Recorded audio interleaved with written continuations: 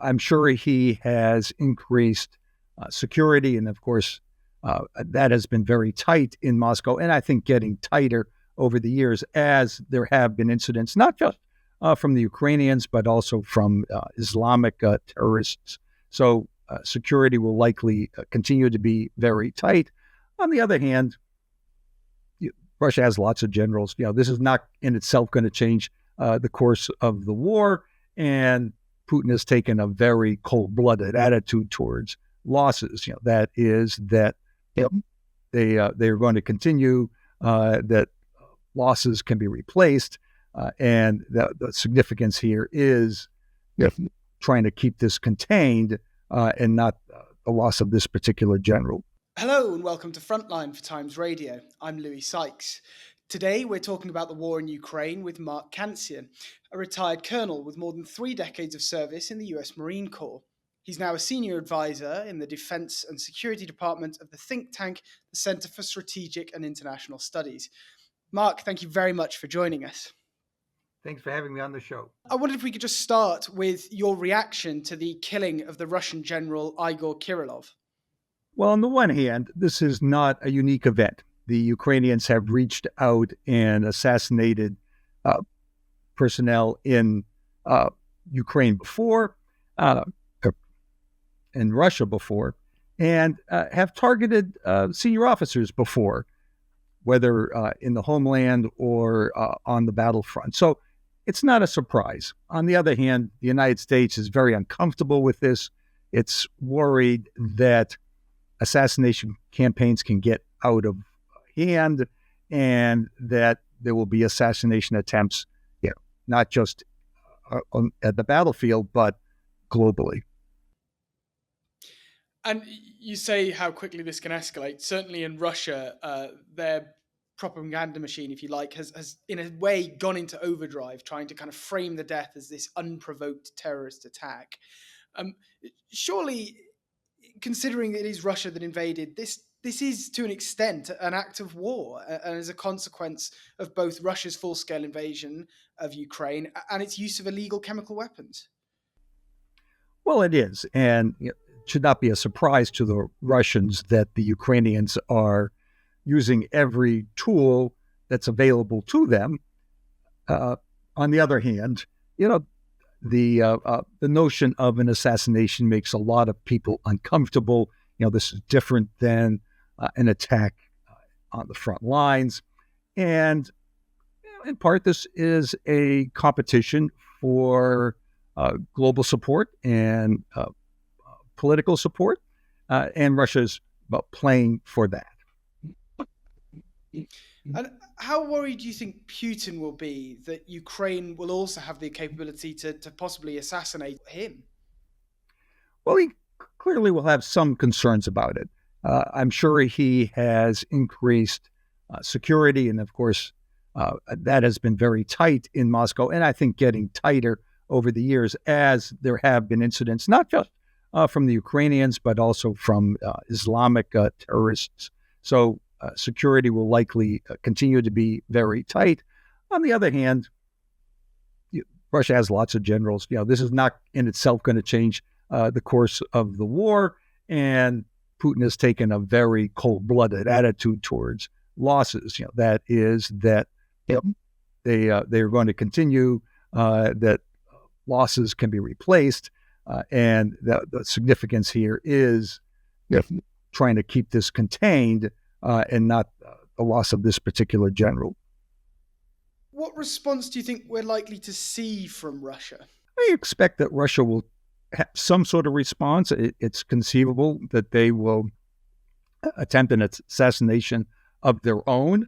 There have been indications that they have tried to do that in Ukraine. They may launch some missiles at command and control targets, headquarters, trying to impose the same kind of loss on the Ukrainians.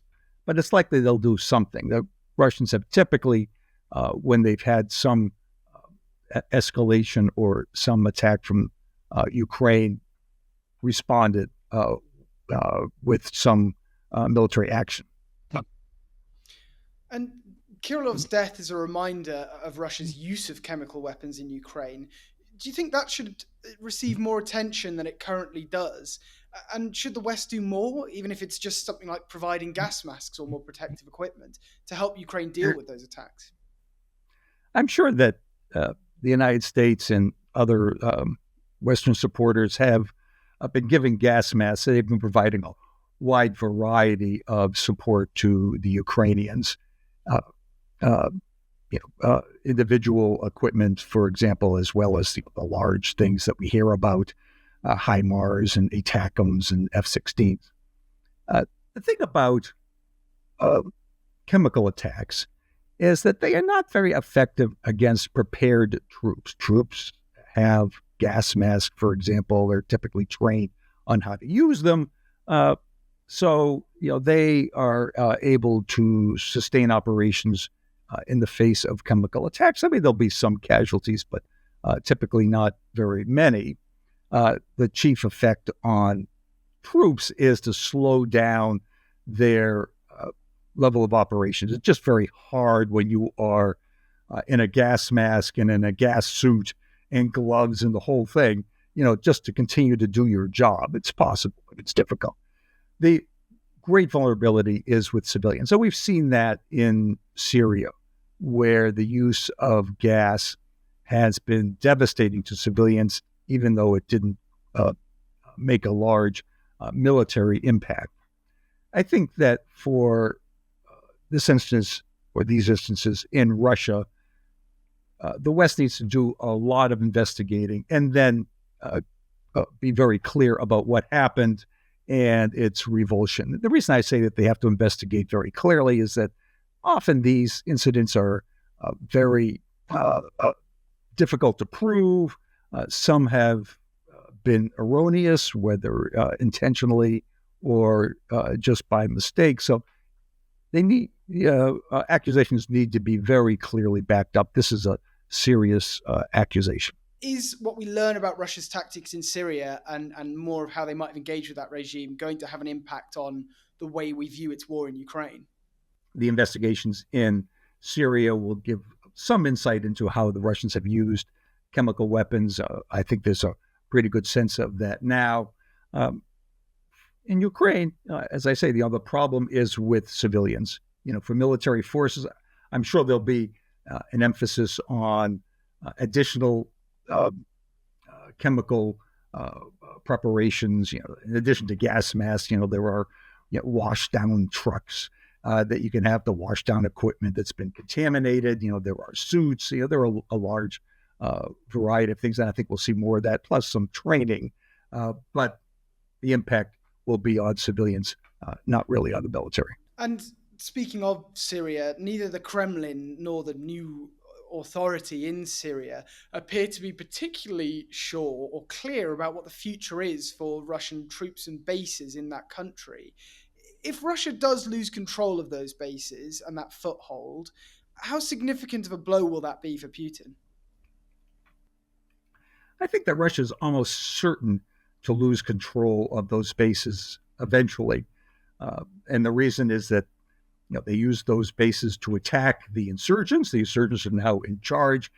I think it's very unlikely that they will allow the Russians to continue, although it's hard to say. Realpolitik may take hold, and the insurgents may decide that this is a potential ally. It will be a problem for Russia at two levels. I mean, the first is just psychological and diplomatic. That is, this was a major military effort of theirs. It was a significant, regional foothold, and now it's gone. And that, it's the defeat, the psychology, the diplomacy. It's like the United States in Afghanistan. It may not be all that significant, a military blow, but the symbology of it is important.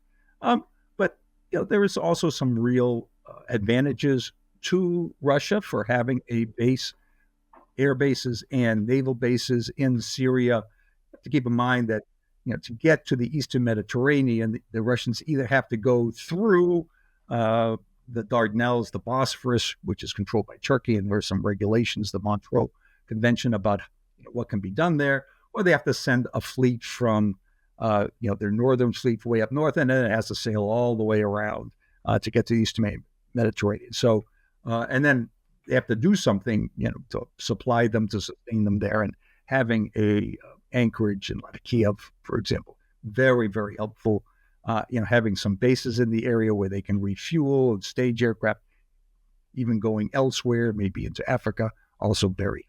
How much would you say that Russia's credibility, though, has been undermined by recent events in the Middle East? Not just the fall of the Assad regime, but also the failure of things like its S-400 air defenses that had been handing out in a way to its allies in the region. I think it's been damaging. I mean, I wouldn't emphasize it, but I think that the sort of the total of the experience in the Middle East and in Ukraine has damaged Russia's reputation for having a highly competent military force and having effective weapons.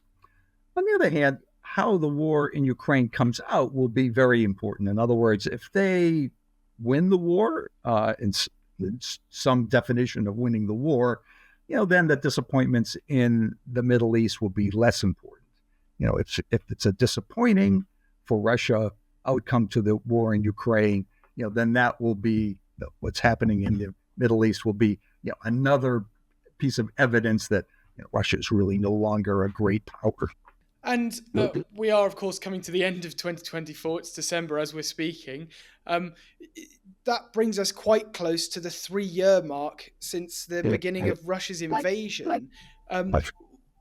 Where is Putin going to be happy with the position he is in, hitting that 3-year mark? Do you think he ever really wanted to be in a 3-year long war with his neighbor?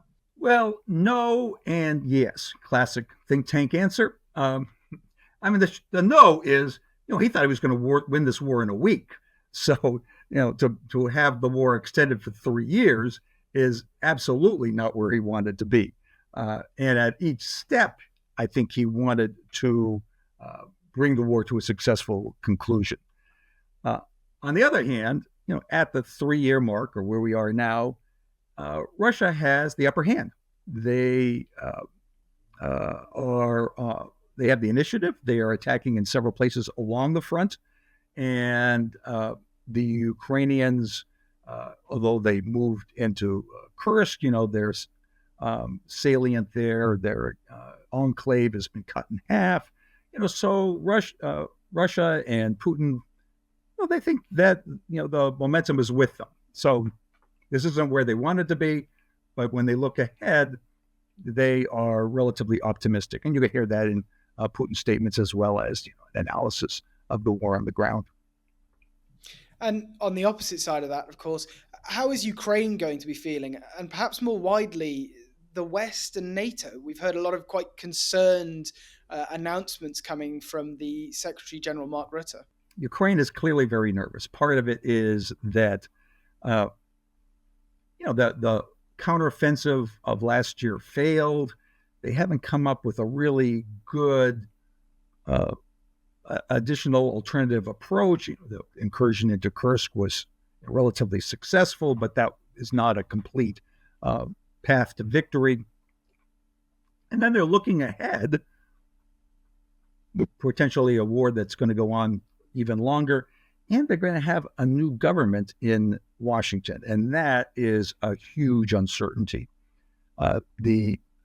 Many Republicans, President-elect Trump, particularly his vice president, have been very skeptical about aid to Ukraine. And, it's not impossible that they will cut that off or reduce it in some way. The other thing is, Trump has said he's going to solve this problem in 24 hours. Well, of course, he's not going to solve it in 24 hours, but he's made so many such commitments that it's almost certain that he will launch a peace effort of some sort. And, that could end up with a in-place ceasefire, which would be a partial Putin victory. Putin wants to take over the whole country, of course, but he would be allowed to hang on to the territory that he has seized. The Ukrainians would see that as a partial loss. So there's good reason for Ukraine to be nervous.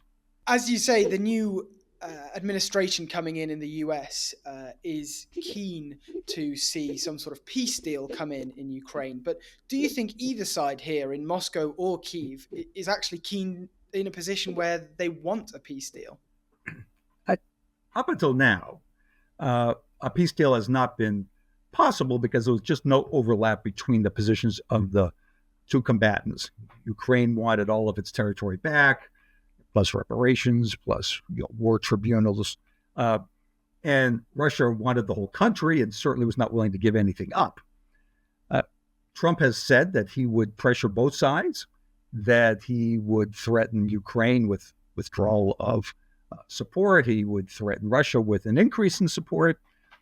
Whether that works is hard to say. I think we will see a person-to-person effort here. Trump likes to meet with foreign leaders to make the deal.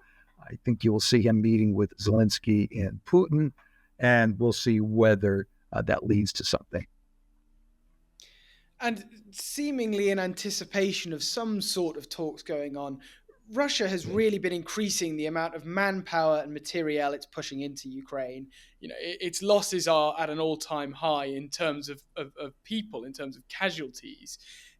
This is presumably so that Putin can push Russia into a better negotiating position, perhaps. But if he doesn't get the negotiations as early as he'd like, where does that leave Russia's invasion if they've taken such severe losses to get to that better position?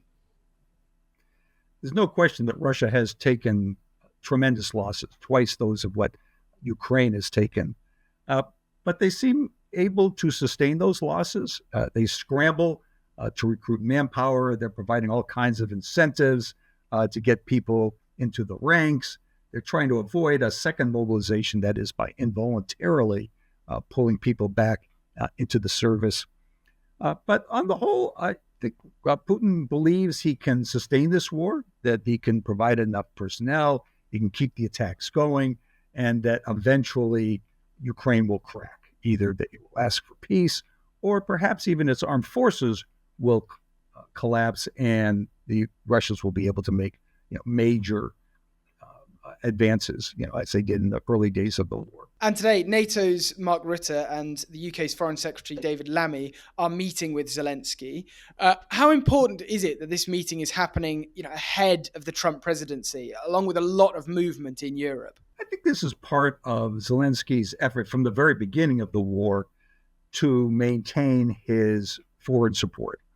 He's met repeatedly with heads of government in order to get that personal relationship. He's spoken to many parliaments, he's spoken to the EU, and I think this is a continuation of that effort. Now, it comes at a time when the future of U.S. aid is uncertain, so it takes on maybe some additional significance, but this is part of Zelensky's strategy from the very beginning. Colonel Mark Cancian, thank you very much for joining us today on Frontline. Thanks for having me on the show. For more news on the war in Ukraine, early access to our videos, live streams, and members-only Q&As, sign up for a Times Radio membership at the link in the description.